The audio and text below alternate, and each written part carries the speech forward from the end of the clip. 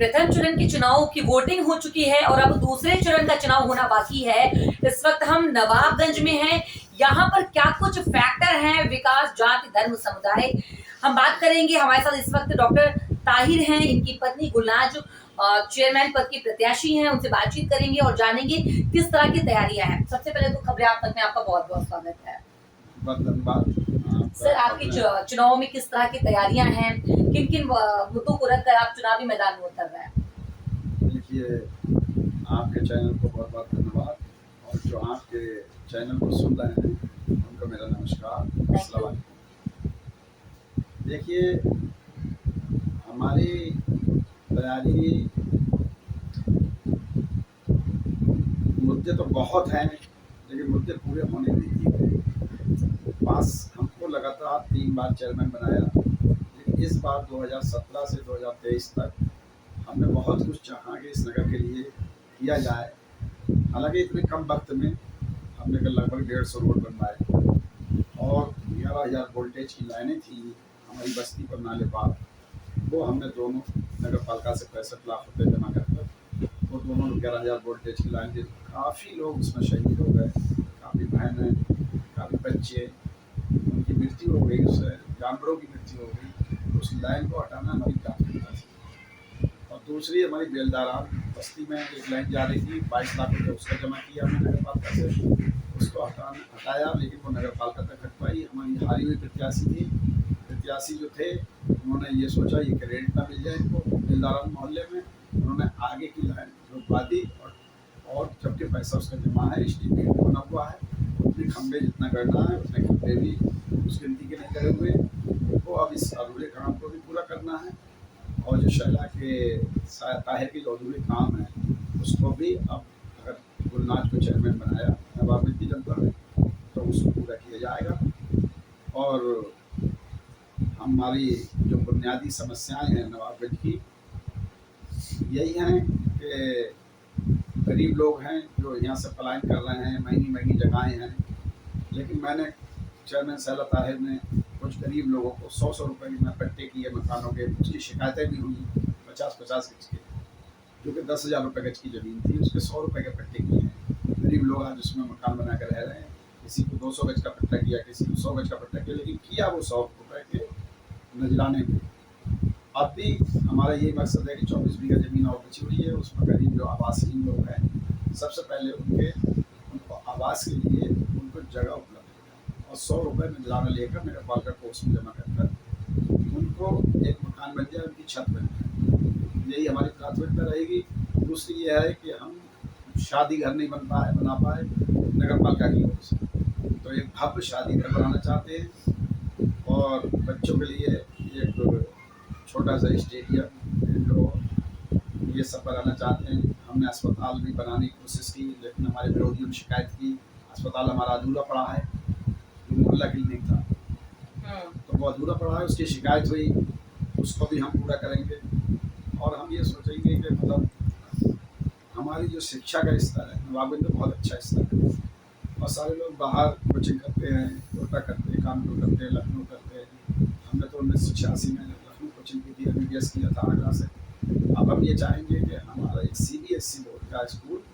हमारी जो लड़की हैं उनके लिए फ्री आएगा, जिससे हमारी जो लड़कियों को, हमारी हिंदू मुस्लिम भाई की लड़की हैं जो भी है, वो सब उसमें बहुत मामूली पैसे में उनको शिक्षा मिल जाए। कि वो प्राइवेट कॉलेजों में बहुत फीस करते हैं, उस फीस को हम घटाकर उसका बोझ कुछ नगर पालिका पर डालना चाह रहे हैं, किताबों का बोझ भी नगर पालिका पर डालना चाह रहे हैं और उनके लिए एक माइन्यूट सी फीस, बहुत सूक्ष्म की फीस रखकर ये बच्चे पढ़े उसमें। और हमारी ये कोशिश रहेगी CBSE बोर्ड के चेयरमैन से मिलेंगे और देखें मान्यता आपके यहाँ अभी वर्तमान आपके यहाँ से चेयरमैन है और गुलनाज जी अगर चुनाव में जीत जाती है, आपका चुनावी जो चिन्ह है वो छत का पंखा है, तो अगर जनता ने इस बार आपको फिर से आशीर्वाद दिया तो आप जो विकास की कमी कहीं ना कहीं रह गई है उसको भी आप लोगों में बेहतर देंगे। जैसे कि आपने कहा कि शादी घर बनवाएंगे, बेहतर शिक्षा देंगे, हॉस्पिटल बनवाएंगे, और क्या कुछ आपने सोच रखा है कि अगर एक बार फिर से आशीर्वाद बनाया गया तो आप उन्हें बेहतर विकास देंगे, बेहतर विकास की गंगा बहेगी? ऐसा है कि शैला ताहिर को 5 साल काम करने, मात्र 6 महीने बैठी कभी महालेखाकार का एक टीम आ रही है, उससे जांच करवा रहे हैं, कभी स्थानीय लेखा निधि से जांच करा रहे हैं, कभी टीएसी टीम आ रही है, कभी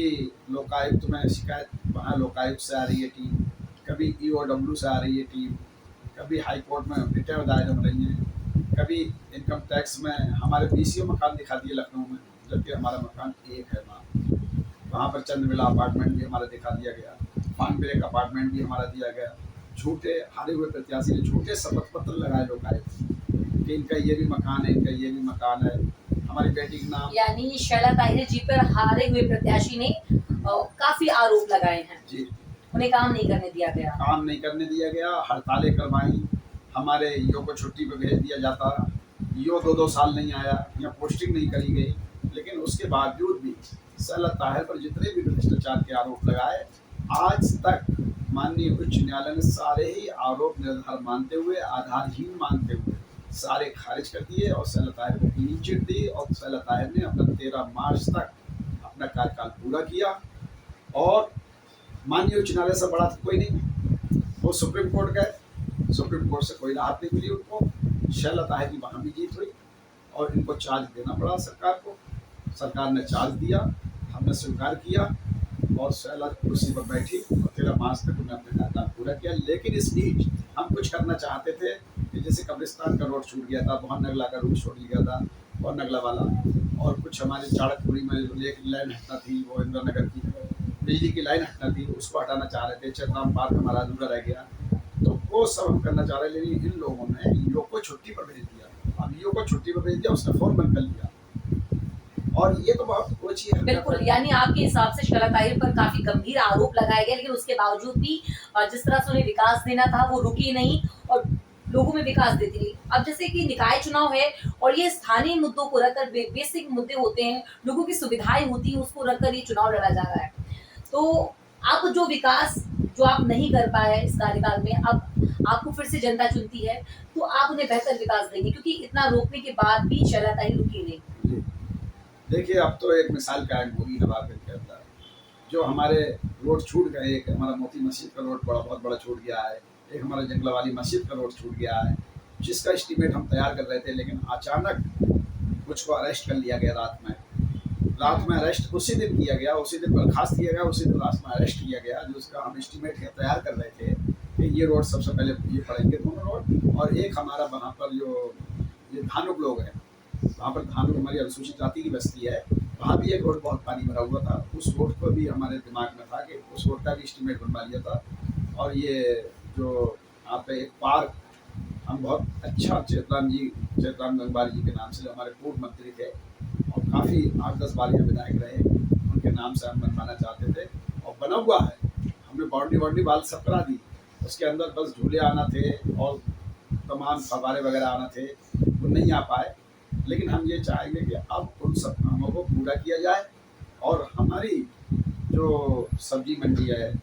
वो ना उजड़े, हमारी जो फल वाले हैं, ये जो ठेले लगा रहे हैं, इनको जो उजाड़ने का प्लान चल रहा है, ये ना उजड़े, हमारे लोगों के रोजगार वैसे ही पुराने की तरह बरकरार रहें जैसे शैला ताहिर के ज़माने में रहते थे। और जो आज हमने वो भी ख़त्म कर दिया नगर पालिका से कि जो जीप वगैरह, कार वगैरह जो वाहन होती थी, इनका एक पार्किंग ठेका देते थे, लेकिन माननीय मुलायम सिंह यादव जी ने तो फड़ वालों का ठेका माफ़ किया, लेकिन हमने वो भी ठेका ख़त्म कर दिया और किसी से कोई वसूली नहीं होती। वो गुंडा टैक्स वसूली अगर कोई करता हो वो अलग बात है, लेकिन नगर पालिका किसी से 10 रुपए का भी पार्किंग नहीं देती, और जबकि उनको सुविधा सारी देते थे। तो हमारा ये नहीं, यानी जनता के हित में बेहतर विकास दिया है आपने। नहीं, जनता के हित में हम अपने से जनता के हित में रहे हैं और ये चाहेंगे कि जनता इसीलिए 25 साल से हमारे साथ है। 25 साल से जोड़ना जनता को बहुत मुश्किल है। 1995 में हम चुनाव जीते, 2000 में चुनाव जीते, 2006 में चुनाव जीते, 2012 में जीते, 2017 में जीते, 2 चुनाव तो हमें हराए गए। ये तो शासन और प्रशासन संयम था कि सरकार थी उनकी, 2000 का चुनाव हराया गया, कर्फ्यू लग गया, हमारे अंदर पीएससी डाल दी गई और पीएससी हमारे बैलेट बॉक्स ऐसे उठा ले गए। तो चुनाव तो सब हम जीते हैं। 25 साल से जनता हमसे जुड़ी हुई है, चाहे वो कोई बिरादरी की हो, चाहे हिंदू भाई हो, चाहे मुस्लिम भाई हो, चाहे मुस्लिम में सिद्दीकी बिरादरी हो, चाहे अंसारी बिरादरी हो, चाहे मंसूरी बिरादरी हो, चाहे शेख बिरादरी हो, चाहे माहिगीर हो, चाहे अलवी बिरादरी हो, चाहे आपके खां साहब बिरादरी हो, और चाहे आपके जो हमारे कुरैशी बिरादरी के लोग हो, सारे बिरादरी और जो हमारे गंगवार भाई हैं, हमारे वैश्य समाज के लोग हैं और ब्राह्मण समाज के लोग हैं और कुछ हमारे ठाकुर समाज के लोग भी हैं और यादव समाज के लोग हैं, अनुसूचित जाति के भी लोग हैं, सबका समर्थन हमको मिलता है,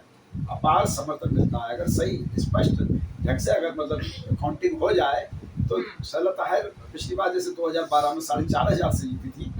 इस बार 170 वोटों से जिताया और 4,500 से ही जीत रही थी वो। उस टाइम निष्पक्ष काउंटिंग हुई थी, लेकिन इस बार मुझे उम्मीद है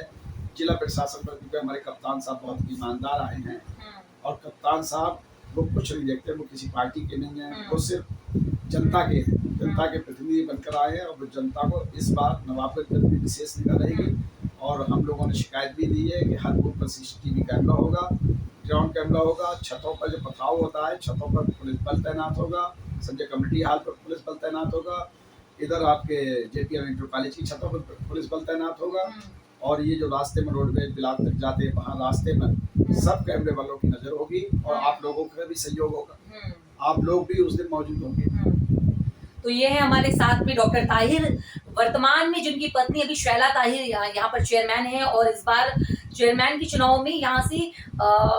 इनकी दूसरी पत्नी जो है वो चुनावी मैदान में खड़ी, जिनका चुनावी चिन्ह है छत का पंखा, जिन्होंने काफी बेहतर विकास किया है और भी जो विकास की कमी कहीं ना कहीं रह गई है उसके भी इन्होंने वादे किए। हालांकि शैला ताहिर पर काफी भ्रष्टाचार के आरोप भी लगाए गए, तमाम उनको काम करने नहीं दिया गया, जैसा कि इनका कहना है, उन्हें रोका गया, लेकिन वो रुकी नहीं और जितना उनसे विकास दिया जा सकता था उन्होंने बेहतर विकास दिया। और अब ये तो सेकेंड चरण का जब चुनाव होगा, दूसरे चरण का 11 मई को वोटिंग होगी और 13 मई को जब रिजल्ट आएगा तब पता चलेगा कि आखिर जनता ने अपना आशीर्वाद किस पर बनाया। मुझे दीजिए इजाजत, नमस्कार।